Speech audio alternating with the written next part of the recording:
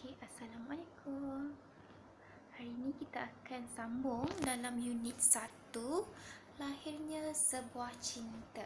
Okey, tapi kali ini cikgu nak fokuskan kepada dua perkara dalam unit 1, iaitu yang terakhir kita akan belajar subtopik kepentingan permufakatan dalam pembentukan Malaysia dan juga sambutan Hari Malaysia. Okey, dua fokus utama ini adalah fokus yang terakhir di dalam unit 1. Okey, kamu boleh lihat buku teks pada muka surat 12 sehingga 15. Buku teks muka surat 12 hingga 15. Okey, kita lihat.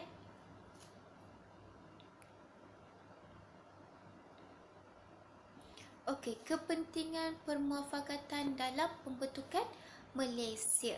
Okey, kita lihat.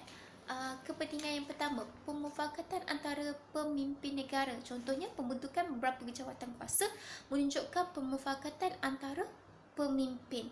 Okey, para pemimpin gigih berusaha bagi mencapai matlamat pembentukan Malaysia. Sebab apa pemimpin itu wujudnya pemufakatan di situ. Dalam masa yang sama, matlamat pembentukan Malaysia pun tercapai. Kat situ dia ada dua situasi yang pertama, pemufakatan dapat dibentuk, dan yang kedua, pembentukan Malaysia juga dapat berjalan dengan baik. Okey, seterusnya kepentingan yang kedua adalah mengamalkan sistem demokrasi. Okey, bagaimana melalui pengamalan sistem demokrasi ini memberikan kepentingan, okey, iaitu memberikan pengajaran kepada pemimpin. Bagaimana? Contohnya melalui referendum yang diadakan di Singapura dalam proses pembentukan Malaysia. Okey, melalui situ pembentukan Malaysia telah mula untuk terjadinya pembentukan Malaysia melalui referendum. Yang pertama adalah melalui referendum di Singapura. Okey, dekat situ juga kita lihat rakyat telah diberi peluang membuat keputusan untuk menyertai pembentukan Malaysia. Okey, rakyat yang dimaksudkan adalah terutamanya di Borneo Utara dan juga Sarawak. Okey, rakyat diberi peluang untuk membuat keputusan sama ada ingin turut serta kepada Malaysia ataupun tidak. So, rakyat diberi peluang. Hal ini memberikan pengajaran kepada pemimpin bahawa apabila pemimpin pergi sendiri melihat rakyat, contohnya peristiwa pengumpulan suara di Sabah dan Sarawak. Okey, dekat situ pemimpin sendiri telah turun ke Sabah dan Sarawak untuk melihat sendiri rakyat di sana. Okey, yang secara tak langsung memberikan pengajaran kepada pemimpin supaya mereka lebih cakna terhadap ataupun prihatin terhadap rakyat-rakyat mereka. Okey. Seterusnya, kepentingan seterusnya adalah bijak merancang strategi. Okey, melalui apa kita tengok ya. Pembentukan Malaysia telah dapat menyekat pengaruh komunis. Yes, betul. Melalui pembentukan Malaysia telah menyekat pengaruh komunis. Okey, Singapura mahu bergabung dengan Malaysia disebabkan oleh masalah komunis. Jadi, melalui pembentukan Malaysia, Singapura percaya bahawa pengaruh komunis dapat disekat. Okey, suasana aman damai menjamin kesejahteraan rakyat melalui perancangan strategi kita tadi. Sebab tu kita mendapat kepercayaan daripada Sabah, Sarawak dan juga Singapura. Pada asalnya kita mendapat kepercayaan kerana mereka percaya bahawa pemimpin ataupun ketua boleh menjamin kesejahteraan mereka. Okey, selain itu juga mempercepat dan memudahkan pembentukan Malaysia melalui strategi yang telah dirancang. Okey, yang terakhir, membentuk perpaduan kaum. Okey, apa yang saya katakan perpaduan kaum ini adalah, okey, kalau di Semenanjung kita dah tahu kita ada Cina, India, Melayu dan juga orang asli Bumi Putra. Okey, kalau di Sabah dan Sarawak terdapat banyak etnik. Okey, di situ telah membentuknya perpaduan kaum yang mana penggabungan beberapa etnik membentuk satu Malaysia. Okey, membentuk Malaysia, pelbagai etnik dan kaum. Okey, bukan saja satu kaum, tapi terdapat banyak kaum di Malaysia, sangat banyak kaum di Malaysia, dan juga etnik tidak kira, itu belum lagi kita kira dengan sub etnik. Okey, kalau ada sub etnik sangat banyak. Okey, pelbagai kaum dan etnik telah dapat disatukan dalam pembentukan Malaysia. Okey, keunikan ini dikekalkan sehingga hari ini dan permuafakatan dalam kalangan masyarakat berbilang kaum terus terpelihara sampai sekarang. Okey, kita lihat tak ada masalah perkauman yang berlaku. Okey, semua hidup aman, damai, mewujudkan negara yang harmoni juga. Mewujudkan negara yang harmoni. Rakyatnya tidak bergaduh walaupun terdapat pelbagai kaum yang menduduki di sebuah negara yang boleh dikatakan kecil tetapi dapat hidup harmoni. Okey, sekarang kita masuk kepada sambutan Hari Malaysia. Okey, macam yang kamu telah tahu minggu sebelumnya, cikgu telah terangkan Malaysia, bagaimana pembentukan Malaysia itu telah terbentuk. Jadi sekarang cikgu akan ceritakan bagaimana sambutan Hari Malaysia dilakukan. Okey, sambutan Hari Malaysia disambut pada 16 September pada setiap tahun yang dijadikan asas untuk memperingati sambutan Malaysia. Sambutan Hari Malaysia hanyalah untuk bukan sekadar menyambut, bergembira, bersukaria. Bukan itu saja, ia sebenarnya hari memperingati dan menghayati dan memahami sejarah penubuhan Persekutuan Malaysia. Okey, sambutan Hari Malaysia perlu untuk memperingati jasa dan sumbangan para pemimpin dan pahlawan negara yang terdahulu. Okey, kalau kita lihat minggu yang lepas, kita telah membincangkan tentang beberapa tokoh yang sangat sinonim dengan pembentukan Malaysia.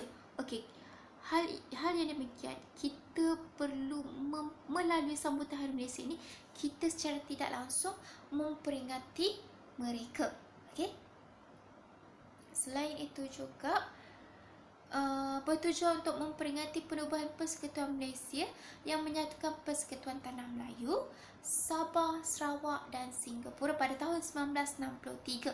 Okey, untuk memperingati penglibatan rakyat Malaysia yang terdiri daripada pelbagai budaya, agama dan bangsa dalam meraihkan sambutan Hari Malaysia merupakan cerminan kepada konsep Malaysia itu sendiri. Sebab Malaysia itu sendiri terdapat pelbagai kaum yang sangat harmoni, yang duduk sangat harmoni, tiada pergaduhan. Bila kita lihat pelbagai kaum, sudah semestinya terdapat berbagai budaya, agama dan sambutan-sambutan perayaan yang disambut oleh pelbagai kaum inilah penyatuan beberapa kaum yang membentuk Malaysia itu sendiri. Okey, sekarang cikgu nak tunjukkan video bagaimana sambutan Hari Malaysia itu berlangsung. Okey,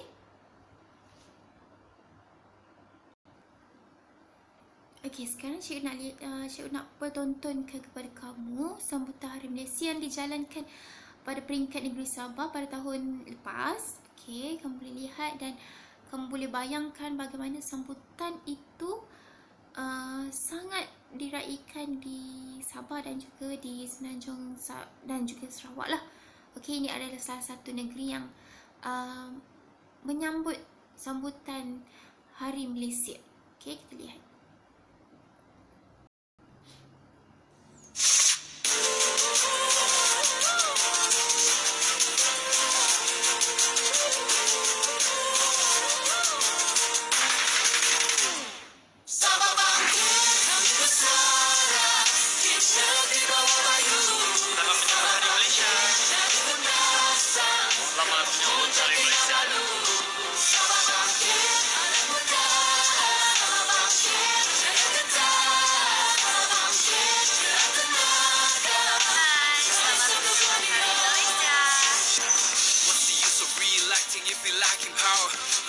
under the sun, but we ain't getting prouder. Aku sudah letih, but I'm gonna keep on fighting. Simpan dalam hati, gonna keep on reigniting. Kita orang, kita jaga, kita bang. Jangan kasih orang sama curi lagi bang. Suara kami mau satu orang sama bang.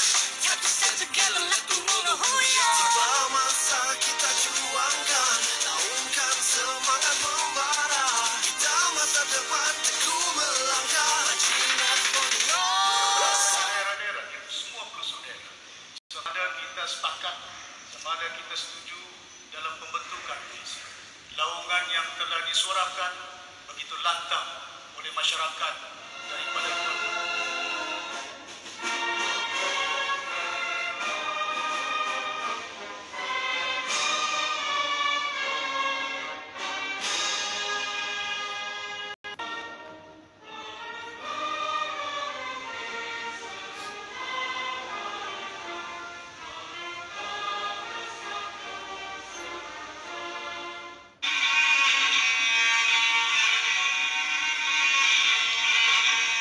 sekarang majlis mempersilakan Tuan Yang Terutama Tun untuk menyempurnakan upacara memotong kek.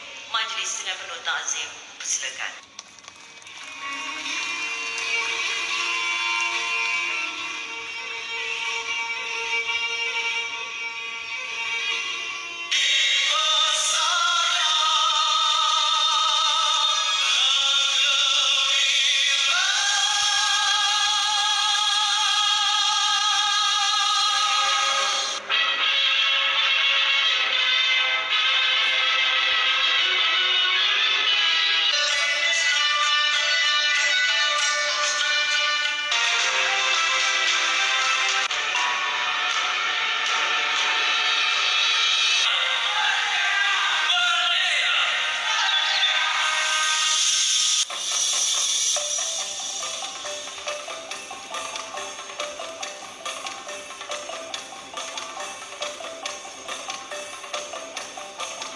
Okey, di situ ada selingan untuk kamu lihat bagaimana sambutan Hari Malaysia itu disambut. Okey, kalau kita lihat tadi, video tersebut menunjukkan sambutan Hari Malaysia yang dijalankan di peringkat negeri Sabah.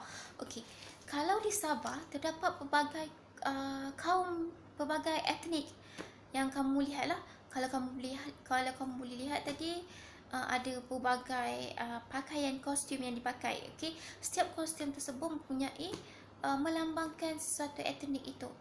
Okey, bagaimana semua etnik tersebut boleh bergabung sekali di dalam satu negara, dalam satu negara Malaysia itu sendiri. Okey, tidak kiralah berbangsa Cina, India, ataupun Melayu ataupun Kadazan, kita berada di bawah payung yang sama, iaitu Malaysia. Okey, mudah saja untuk minggu ni. Itu saja. Kita akan masuk topik yang baru pada minggu hadapan. Okey, Assalamualaikum.